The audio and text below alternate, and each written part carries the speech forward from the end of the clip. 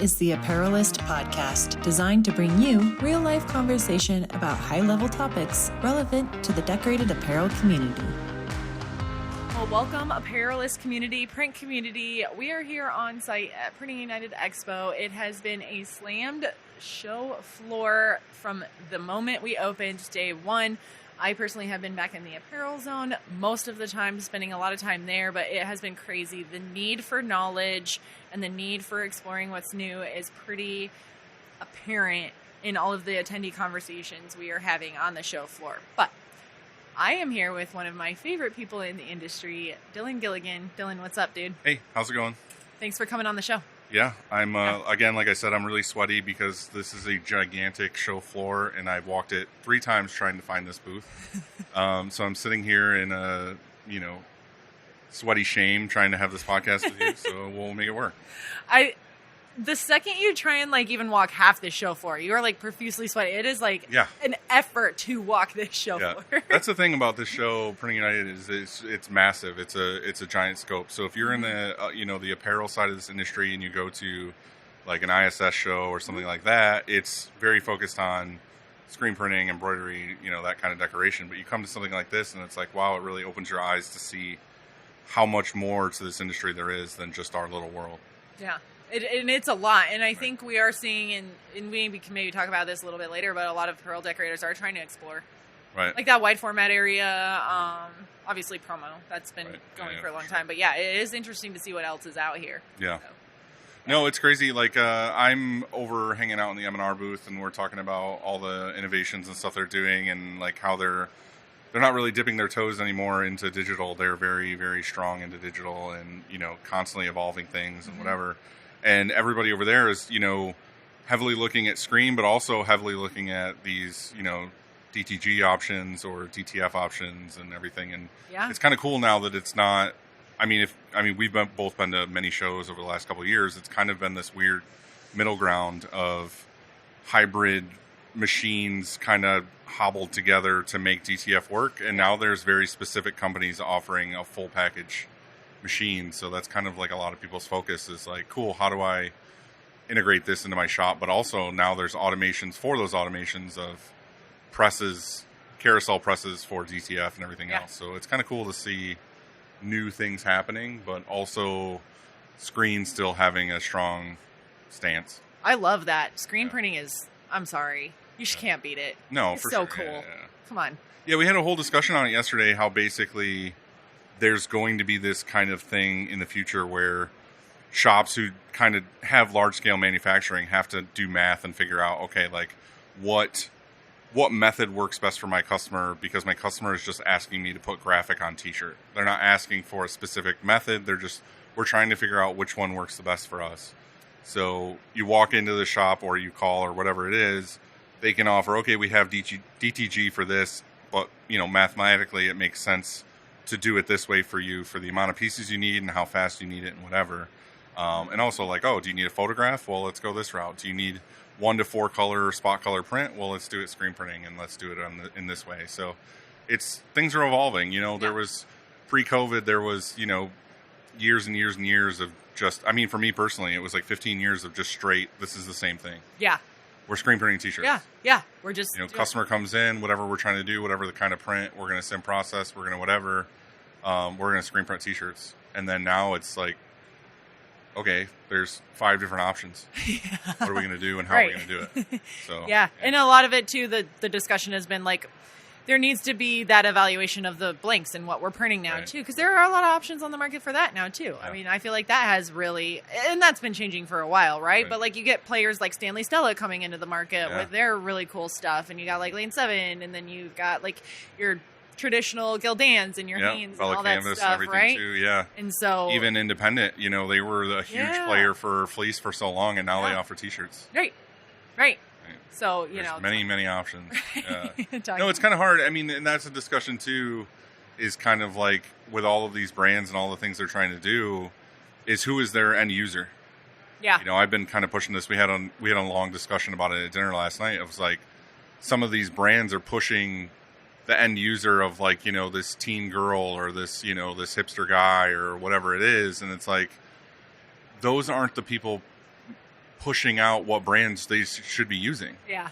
It's the decorator. Yeah. Yeah. Because all these decorators are coming in with, they should have their good, better, best. Right. Most print shops have, 4 or 5 options they really like to use. Right. And the only time they're using the full catalog is if a customer comes in and they're like, show me the catalog, and they want to pick a random item. Right. No matter what you're doing, what kind of shop you are, if you're doing bands or you're doing sports teams or you're doing whatever, you have your top 4 or 5 that you like to use. Sure. So what these places should be doing is they should be going directly to the decorators, being like, how can I best support you so that you want to use our brand more, and it's better for print, it's better for all these things. But they're not. They're doing social marketing, and they're doing, all these different things where it's like, oh, look, this person can skateboard in this t-shirt. And it's like, well, I don't see how you're selling more shirts that way. Yeah. How often does someone actually come in and be like, I want to see the whole catalog? Very rare. Maybe once or twice a year. I don't even accept catalogs anymore. Yeah. I just had to wonder because I was like, there's just no way. No, well, we used People to are get, coming in to do we used to get from all those distributors, Alpha Broder and SNS and Sanmar and all these things, we would get a box or more of catalogs. And I think that's not as much of a thing anymore, but still, it's kind of, you never want to give that to your customer anyway, because then it's just a field day of like, well, I want this on this. And you have to be like, well, that doesn't work. This doesn't work. That doesn't work. But I think just in general, there's, our industry right now is going through a thing that's like, it's very challenging to stay afloat with the way that business is right now, but also there are so many new technologies that it's overwhelming to be like, how do I even compete? Right. Like, how do I even, like, I feel like I constantly have to be doing research or trying to stay ahead of the curve on things to be relevant. Because if I just did screen printing in a 12 by 12 print area and I'm in the corner of my little town doing sports stuff, I'm going to be so behind with what's able to be out there and offered. And again, like, part of our discussion we wanted to have today was kind of like, what is really going on right now? And you guys, at Printing United have very extensive reports on like what is actually happening. Right. Not just walking up to another peer shop and be like, how's your shop doing? Right. Because all of our default answers are, it's great, we're busy. Right, it's fine. Right. Everything's good. But really, we're all on fire on the inside. Yeah. And we're like, what is going on? And how do we live and survive and everything else? That was definitely something I wanted to bring up. And what you're talking about is our SOTA survey, our State of the Decorated Apparel survey, that where we ask people, and maybe people are willing to be honest on that because there's some anonymity tied to it, or because we're asking, I don't know what it is, but we got some pretty realistic answers. Like, one of the stats I was talking about with you, Dylan, is our survey group. So the participants for this last round that we did, they expect their sales to increase only 1.4% this year. I mean, that's not great, right? Yeah. And then when you get numbers like 34% are scaling back or even delaying investments, 54% have scaled back or delayed hiring. I mean, that to me says like y'all are up against it right now. Oh, for sure. And again, like, I'll be very honest about it with my own shop, is that basically we are looking to stay as lean as possible. We are looking to run our skeleton crew, our core people. We are looking to find any way to basically stay lean and mean as possible. Yeah. Because for the last year and a half or more, depending on what market you're into, if you are in a shop that basically has a couple niche markets and you're working in that and you're kind of just riding things out, almost everybody I've talked to says they're pretty much flat. Okay. If not, they're a little bit down, or they may be up a little bit. Right. Nobody's hurting. Nobody's really whatever. I mean, some people are. Like, if you have a lot of debt and you're trying to constantly rob Peter to pay Paul, you might be really hurting right now. Right. You might be like thinking about closing your doors, or, outsourcing everything and just kind of, laying off all your employees or whatever. And it's a real thing. I see it all the time. Yeah. But if you're a good, healthy shop, you're still pretty flat right now. Sure. And the reality is, for a lot of us, is it's just like, as business owners, we look at it as like, well, it's what we got to do. We'll just ride this out until hopefully 2026 is better. Yeah. You think it's just all the like chaos that the whole world is going through right now? Like, yeah. And everybody's talking about it.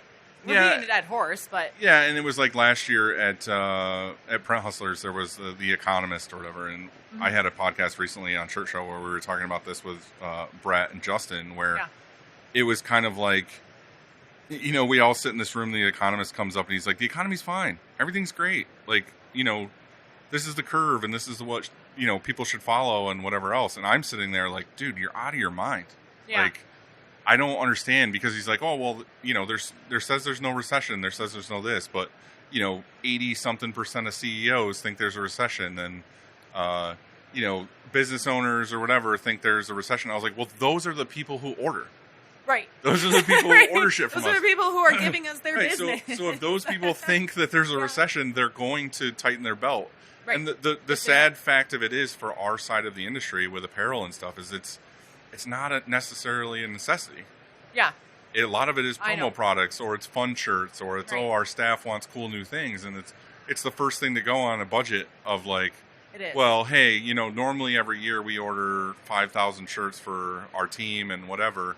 Let's just do 1,000 this year for our core employees, or this function, or maybe for this outing we won't get shirts, but for this one we will. And that's what a lot of us are faced with, is not that we're losing clients or anything else. It's that they're ordering less, and maybe they're shopping around more than they would have before. Like, maybe their loyalty is a little tested, because they're like, well, I really like this shop. This is who I've worked with forever, but can I save $1 on every shirt?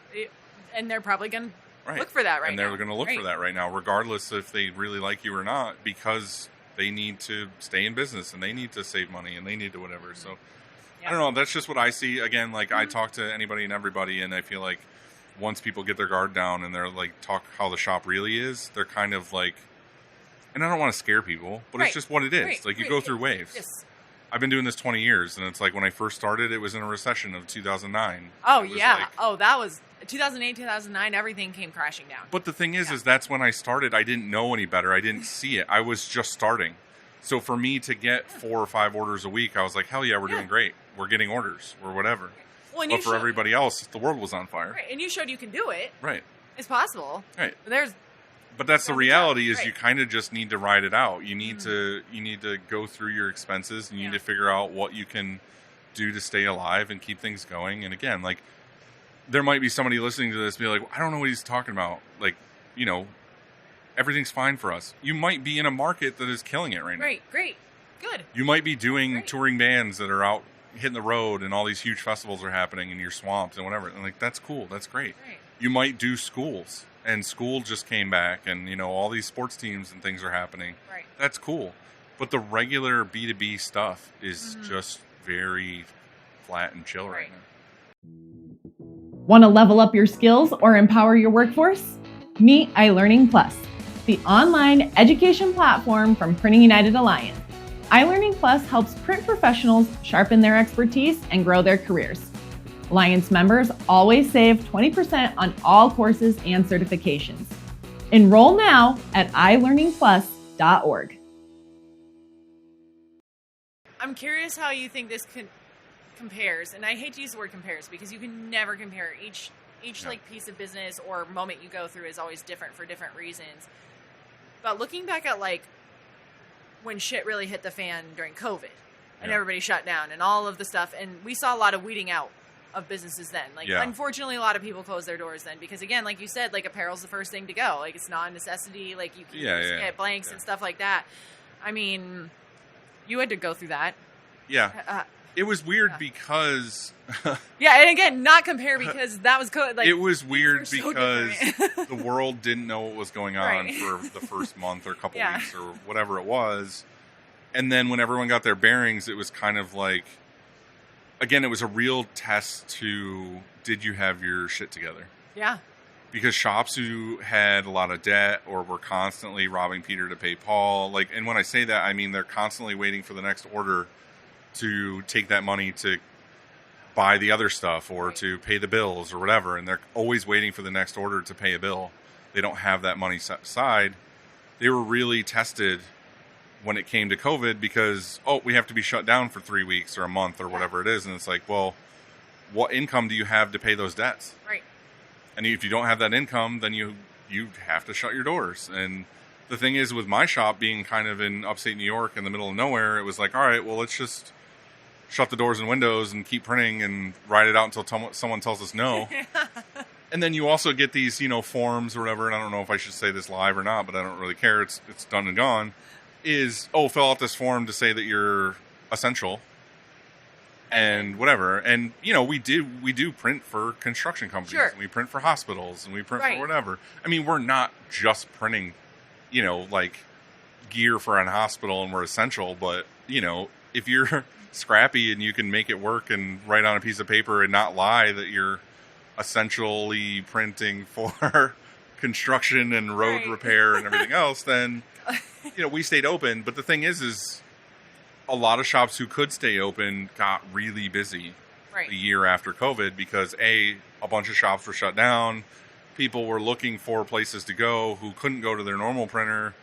And a lot of us that were still open were like, oh my God, things are amazing. We're booked up 4 or 5 weeks and things are great. And then I think when that whole thing leveled out, that's when it got to be like, okay, this is the reality. Right. Like, people are not spending money now. They got that hype done. They were done buying truckloads of toilet paper and sanitizer. Done punching each other. They in the grocery store were with toilet right. paper. They were done washing their canned goods when they got home. Yeah. They were like, "Oh, hey, okay. Well, part of the next evolution of this is to tighten our belt a little bit and Right. look at our line items and be like, okay, do we need to buy as much apparel?" And that's kind of the world we're living in right now. Is what do we do next? Yeah. And I think really what it is it's, again, a lot of us are riding it out because we're waiting for that economy kick to be like, hey guys, it's okay to buy things again. It's okay. And I don't know what that is. I'm not a political person. Right. I don't get involved. But I don't know. Maybe it's somebody to just come out and say, hey guys, it's okay. All good. We're fine. Right. But it's, again, like you guys doing real reporting and real looking into this that Yeah. change. I'm just some asshole in upstate New York who decided to do a podcast. No. And okay, I can say that because I'm saying it for myself. Fine. I'm fine, just but I saying, like, disagree. I'm a guy who hangs out with other punk kids who talk to each other and hear stuff. I'm not out doing actual reporting and figuring out. I'm just doing what feels right for me, and this Yeah. is what I'm seeing, and this is what I- I'm hearing from friends. Yeah. So I would like for you to give some actual numbers of this is what you actually reported and is real information, Well, that's what we try to do. not and, fake like, news. Yeah, I mean, even if the numbers aren't great, you have to report it, and I'm glad that people feel that they can share this stuff Right. with me. Yeah. I think that you have to have both of those things in tandem to really get a pulse of the industry, though. Right. You have to have conversations like what you're having, where it is just peers sitting maybe around a bar table or whatever, having those discussions like, well, this is what I'm seeing, well, this is what I'm seeing. I think that's really crucial in tandem of having actual reporting. The But actual reporting's good. that's what I because was you have saying. the data. Yeah. Like, I'm the sitting data in a then room. sits, like, I'm sitting in a room Right. hearing an economist speak, and he's giving Right. real data. Yeah. But the feeling side of that, the human aspect of that, is people being like, well, I'm also scared. Right. And do I I know. spend money? Well, and like I said, like those numbers we shared at the beginning, Right. people are saying that. Like, Right. okay, yes, maybe an economist does say, things look great. Right. But what apparel decorators in our survey are saying is, things are okay. And again, But there are things that are hitting Yeah. us right now that are hard. Like, people are saying, yes, sales are down. Yes, profits down. The tariffs have sucked. The inflation has sucked. We can't keep up with the pricing. We don't know how to adjust our pricing for this. Like, how is it we're going to eat these costs? There's Like, two sides of that you too. know? Is it's like we're all kind of trying to find a way to get more business, but the price of what we offer is going up. Right. It is. I have customers that ordered a couple years ago that we're hitting up because we have time and whatever to be like, hey, do you want to work with us again? And they're like, yeah, just give me a reorder of what I ordered 2 years ago. And then we send them a new quote and they're like, this is up like $4 more than it was last time I ordered. And I'm like, I can't do any more for you because this is what the actual price of things is.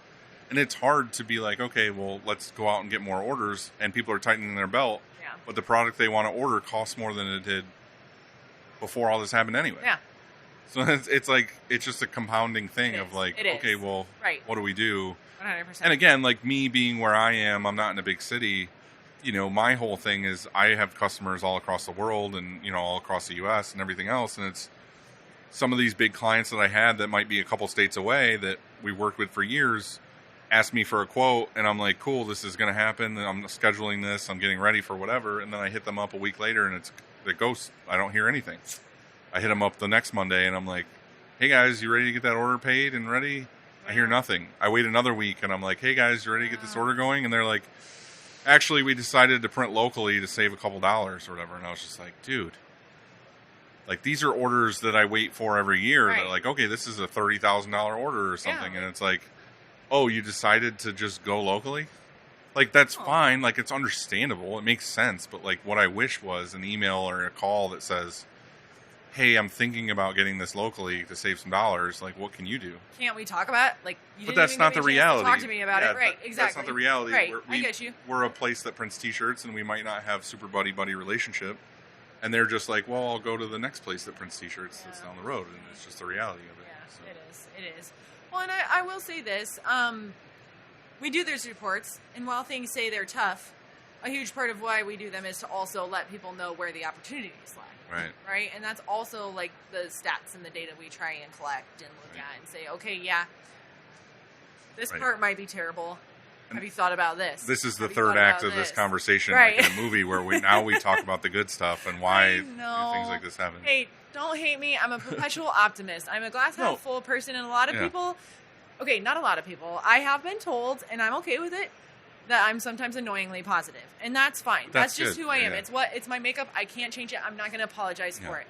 But that's why I also want to bring this in is like, I am an annoyingly optimistic person, and I also think that there's some realism tied in with that, because I think if you don't look for the opportunity, if you don't look for the optimism, you will sit in your spiral, and maybe it'll become a self-fulfilling prophecy. And I don't know. I do think, even for myself included, it's hard, but it's stuff like this, like the way the world is now, the way everything, it breeds innovation. It makes us find things to be more efficient. It makes us invent new ways to do things. It makes us sit down and look at our sales strategies and whatever, and make SOPs and make, okay, maybe we should lean into advertising. Maybe we should do this, because the thing is I was talking earlier about how for the first 15 years of business, it was like autopilot. It's like I wake up in the morning, I have 100 emails in my inbox every day.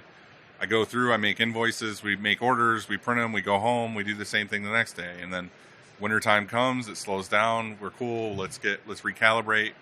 Next summer comes, we're busy.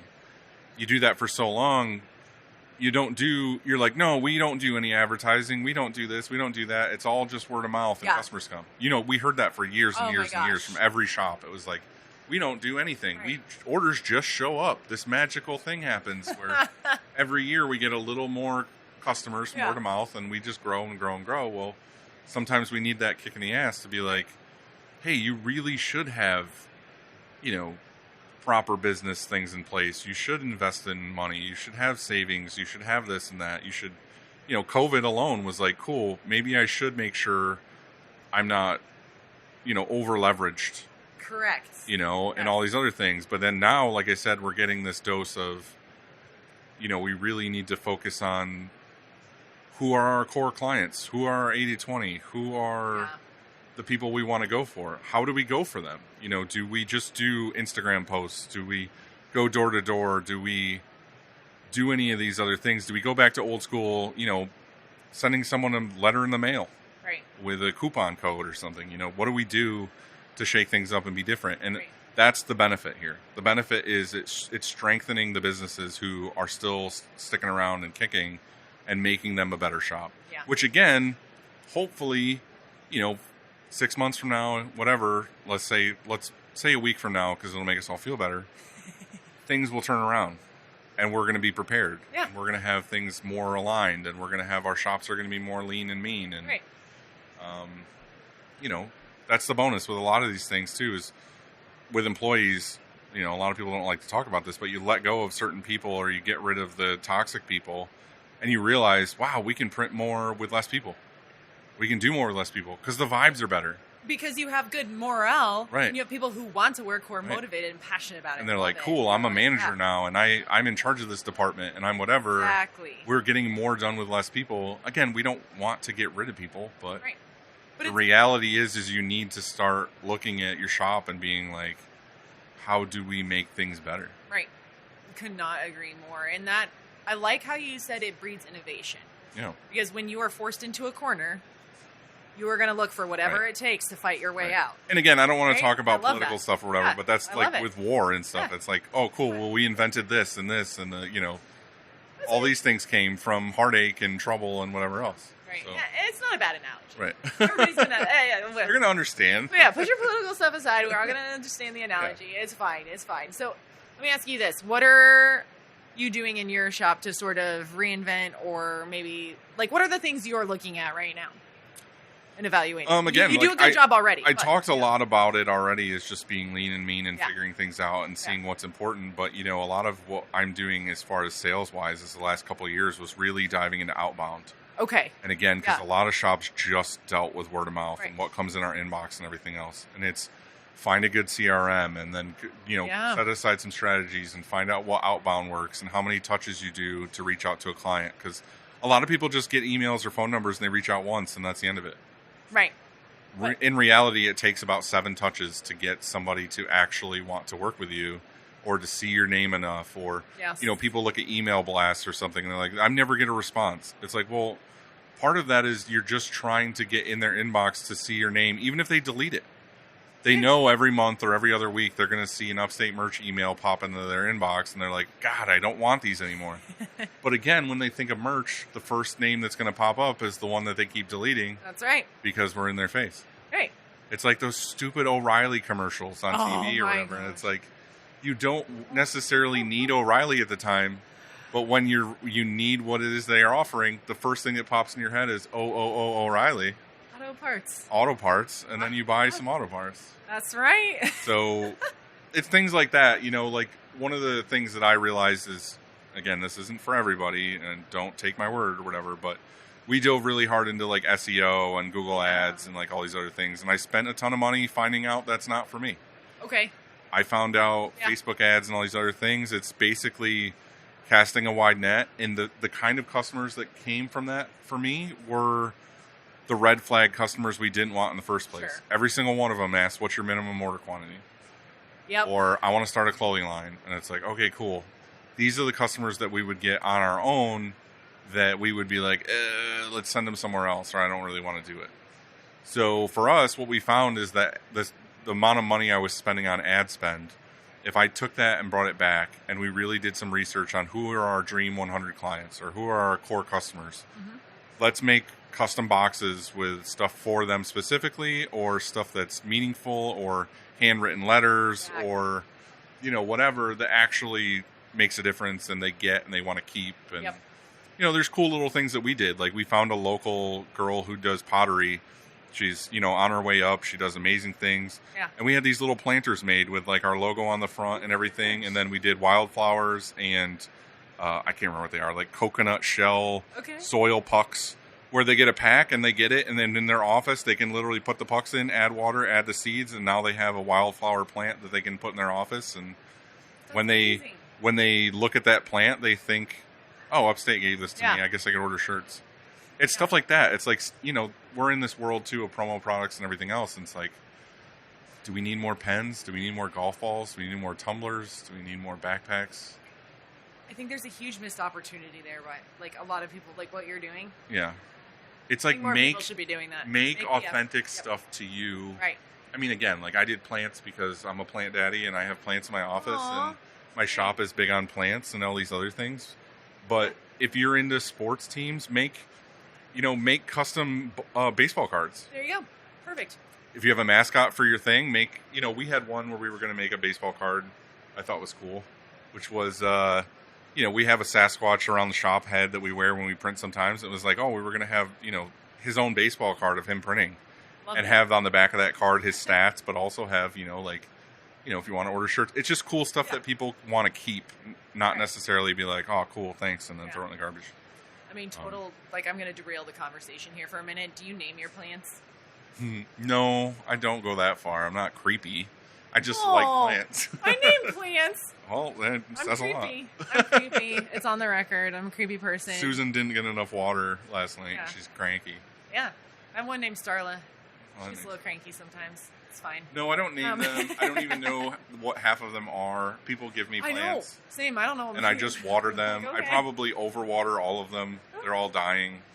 No way. They're not dying. They're still alive, but Yes. they might not be healthy plants. But I don't know. I just Anyway, like it. yeah. I like, So I like the idea of real things and growth. Well, you tied that personal passion in, though, Yeah. and now people get a little glimpse into you, and they feel maybe a little more connected to you. Right. And so not only do they think about you for merch, Yeah. they're like, yeah, I got a little insight. This is a human on the other end. Yeah. It's not just some person who wants to take my lowest, or wants to give me the lowest price, is going to take Right. the huge minimum, whatever. Like, it's an actual human who's... But that ties back to what we were first talking about when we came on here is I think what the world needs more right now, especially with all this AI stuff, is personal connection. Yeah, I agree. So I think moving forward, what we all need to do is we need to come to these shows like Bring United and to, whatever other industry event, and we need to look at what's new technology and what can help us be more efficient. But also in that, these efficiencies aren't just to get rid of employees or make more money or this and that and the other thing. What they should be doing is they should be making our day-to-day a little bit easier so that we can spend more hours in the day having customer service and human connection. Right. Your business should be customer service first, screen printing or embroidery or whatever it is second. Yes. So the Oh, I more love we that. can get off press, the more we can stop doing mundane tasks, the more we can actually pick up the phone or email or go door to door and talk to our actual customers face to face. I love that. Build connections, strong connections to when the world goes to hell, we can still go to Joe's Pizza Right. and Yeah. get food and order shirts. Right. I like it. Cool. Well, Dylan, this has been insightful. I like Yeah. it. I like doing shows with you. I like to sit down and talk to you. Yeah. I feel really weird in this glass box. Yeah. For those of us listening, we're sitting in a glass box, very Glass surrounded box by of people. emotion. Yes, this is our glass box of emotion. We're going to keep it here. It's great. It's awesome. Dylan, everybody knows where to find you. Where can they connect more with you, though, if they don't know where to find you? My shop is Upstate Merch. My podcast, we're almost 6 years old now. Shirt Show, shirtshowofficial.com, Shirt Show on Spotify, Apple, all of those things, YouTube. And then, come say hi. Yeah, I really enjoy that. And just for reference, what we were talking about, the State of the Decorated Apparel Industry Survey, that's available for free to Printing United Alliance members. You can go download it at printing.org. But you can also, if you're not a member, you can also get it for a small fee. I do also want to say, I know that the people listening to this are probably also already members of Printing United or, they're dipping a toe in or whatever. I've always known about Printing United and what they're doing and their membership and all of these other things. But over the last year, I've really kind of dove into it. I've done Shirt Show recordings with some of the, the key people in Printing United, and it's amazing. And there's a lot of huge resources and knowledge-based things and, accreditations and all of these offerings that our industry has. And one of the things I try to say is almost all of our shops go out and we pay for our local chamber fee or whatever to sign up. Yeah. And you don't do, let's be honest, you don't do jack shit with your local chamber. You're spending $400 to be a member of your chamber and nothing happens. Go spend the yearly fee to be a part of your industry's community, and there's a million options in there of things to help you, educate you, and grow your shop. So you're kind of a dum-dum not to do it. She's not saying it. I'm saying it. I have no affiliate. I can't get fired. Quit being a jackass and sign up and be a member of the Alliance. Oh, man, that does mean a lot to me. And it means a lot to us because I know, like, a lot of how I describe my role with this is that I take it personally. Yeah. And so, you like, should. my job is to take it personally. Yeah. And I'm going to figure out the best way to help. And this you're putting your industry. face out there, I too, wanna- to be like, hey, this is important. Yeah, this is important to me. And it's, I mean, a lot of people like you, a lot of these people in this industry have become my friends. And I would hate to see bad things happen. We don't want that to happen. That's why we're here. We want to be the support system for. And this is a whole industry. other So topic it's that like, we don't have to get super into, but I'll touch on it real quick. It's just like our industry is very bad at having a centralized location of education and knowledge and whatever. It is just a muddy mess of you don't know what you don't know and bad information and people training people who are bad and all these other things and whatever. But somebody needs to do, which you guys are doing, it just needs to be spread out there more, is have more of a centralized location for information that is accurate and tested and fact-checked and all of these other things. And that is what you guys are trying to do. And I've pushed on the show very hard for years now of this needs to be seen as a trade. Yeah. It needs to be seen as something that if you're into, you are a skilled labor, it is a whole thing. It needs to stop being you go to your family reunion and you say your screen printing or your embroidery and you get the pat on the head of like, oh, cool basement project. Right. No. We are skilled labor. Yes. We are putting things, everything you touch has some form of decoration on it. Yes. And that is by us. Right. It's the biggest little industry that nobody seems to pay attention to or care about. But I'm like, I don't think you understand just by like waking up in the morning how many things print touches. Yeah, everything. It's everything. Unreal. But the thing is that they don't look at it as skilled labor. They don't look at it as something that should be worth X amount. Mm-hmm. It's one of those things. You don't walk into McDonald's in the morning and get a sandwich and say, "Oh, that's $1.50 on the menu. How about I pay 75 cents?" You pay $1.50. Right, because that's what the price is. Because that's what the price is. Knock it off. We're skilled labor. Yes. We charge what we charge because that's what we need to stay open and feed our families and everything else. So do yourself a favor, sign up to be a member, learn some things, get some accreditations, show the people around you that you are a skilled shop and you can do what you say you do and you do it well and get paid for it. Heck yeah. Quit looking around for random stuff on Reddit and learn from somebody who actually knows what they're talking about. Oh, thank you for saying that. You have no idea how much that just like made my heart happy. But thank you for having me. Yeah. I appreciate you. No, thanks for coming on, Dylan. Always happy to have you. Always love to have conversations with you. Wish you the best. Looking forward to the next time we get to chat. Appreciate it. Yep. Bye.